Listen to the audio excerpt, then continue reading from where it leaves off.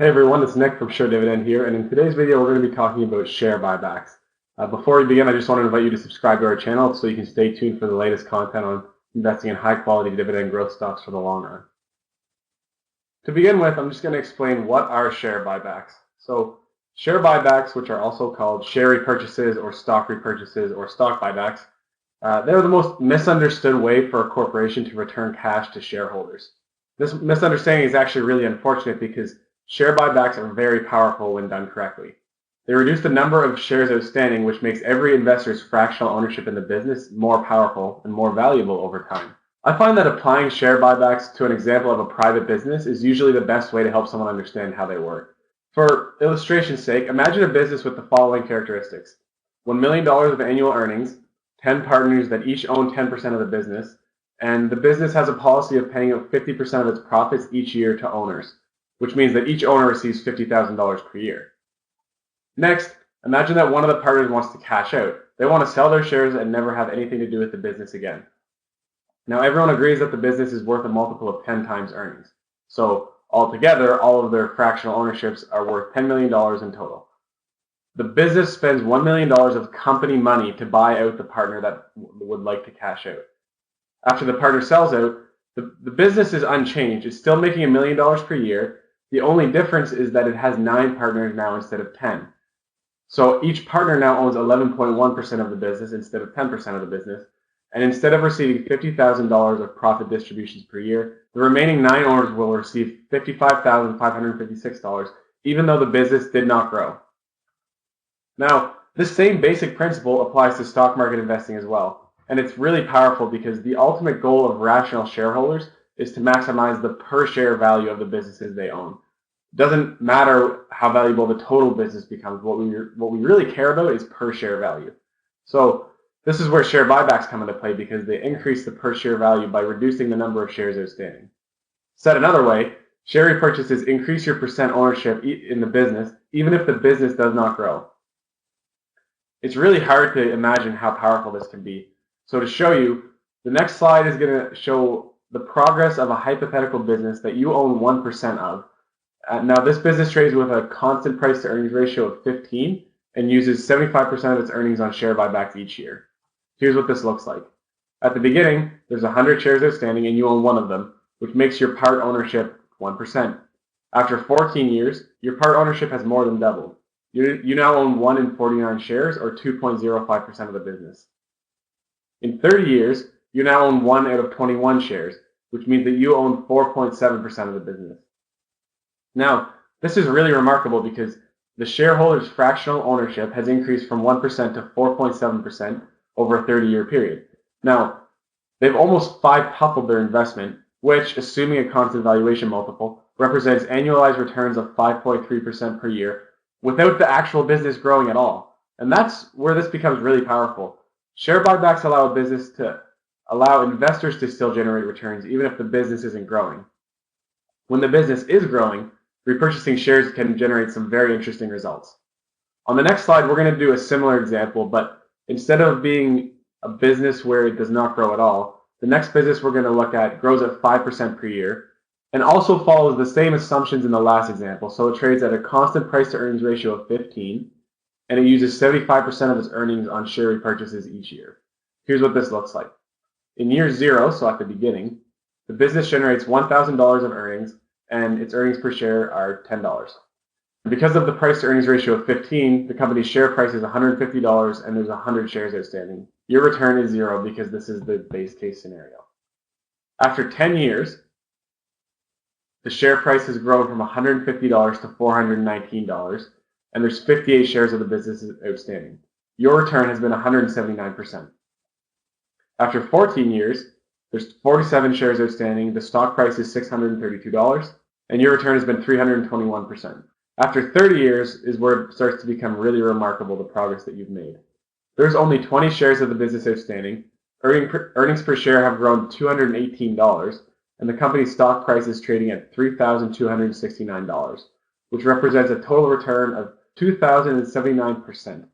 Obviously, that sounds fantastic, but what does that amount to on an annualized basis? Multiplying your investment by a factor of 21.79 amounts to annualized returns of 10.8% per year. which is not bad for a business that's growing at just 5% per year. The trick is that the business allocated capital in a very shareholder-friendly manner, and it also traded at a relatively cheap valuation throughout the entire time period, a price-to-earnings ratio of 15. If taxes didn't exist, the effect of share repurchases would be identical to the effect of reinvesting dividends. In other words, a share repurchase would be the same as if a company paid you a dividend and then you use those dividends to buy more shares of that same company, like a dividend reinvestment plan. In a tax-free environment, dividends are actually preferable because they give you optionality. You can invest the dividend back into shares of the company that paid it. You can invest it into shares of other companies.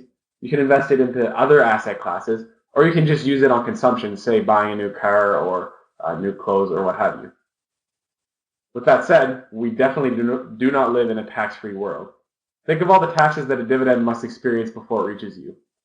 Your first tax on the income that you use to invest in the stock in the first place, and then that corporation is taxed on the income it generates to pay the dividend, and then the dividend payment is taxed once it reaches you. With all this tax in mind, are share repurchases better for shareholders? It depends on the situation. Obviously, dividend payments are taxed and share repurchases are not. For this reason, share repurchases are the more tax-efficient strategy for returning capital to shareholders. But there are other considerations outside of taxes. For example, some shareholders need to generate portfolio income to sustain their lifestyle. Retired investors are the main example of this. Share repurchases do not help those investors because you can't spend a share repurchase, but you can spend a dividend payment. The last thing I want to talk about is whether share repurchases make sense at all stock prices. So far, we've only spoken of the benefits of share repurchases. Share buybacks can also have the unintended benefit of destroying shareholder value. Now, this might surprise you. Less shares are obviously better than more shares, all else being equal. But share repurchases destroy shareholder value if and only if they're performed when a stock is trading above its intrinsic value. To understand why, I'm going to use a fantastic analogy that Berkshire Hathaway's Warren Buffett provided in his company's 2016 annual report. He wrote the following: "In the investment world, discussions about share repurchases often become heated, but I'd suggest that participants in this debate take a deep breath. Assessing the desirability of repurchases is not that complicated. From the standpoint of exiting shareholders, repurchases are always a plus. Though the day-to-day impact of these purchases is usually minuscule, it's always better for a seller to have an additional buyer in the market. For continuing shareholders, however, repurchases only make sense if the shares are bought at a price below intrinsic value. When that rule is followed, the remaining shares experience an immediate gain in intrinsic value. Consider a simple analogy. If there are 3 equal partners in a business worth $3,000, and one is bought out by the partnership for $900, each of the remaining partners realizes an immediate gain of $50. If the exiting partner is paid $1,100, however, the continuing partners each suffer a loss of $50. The same math applies with corporations and their shareholders. Ergo, the question of whether a repurchase action is value enhancing or value destroying for continuing shareholders is entirely purchase price dependent." He continues to say, "It is puzzling, therefore, that corporate repurchase announcements almost never refer to a price above which repurchases will be issued.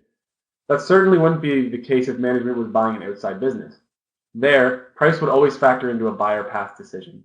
When CEOs or boards are buying a small part of their own company, though, they all too often seem oblivious to price.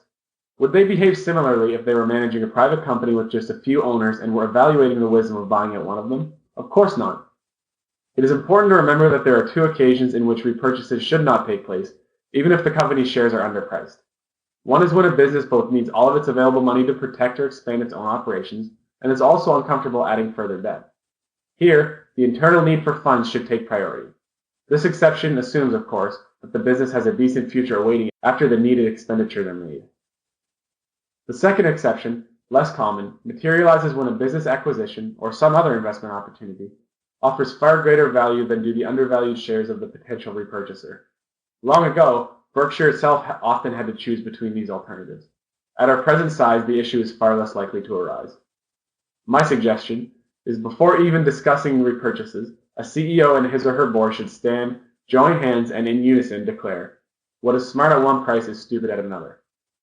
Clearly, share repurchases only make sense when a stock's price is cheap, and they do not make sense when it's expensive. That's all I have to talk to you about share repurchases for today. I wanted to thank you for watching and invite you to do 3 things.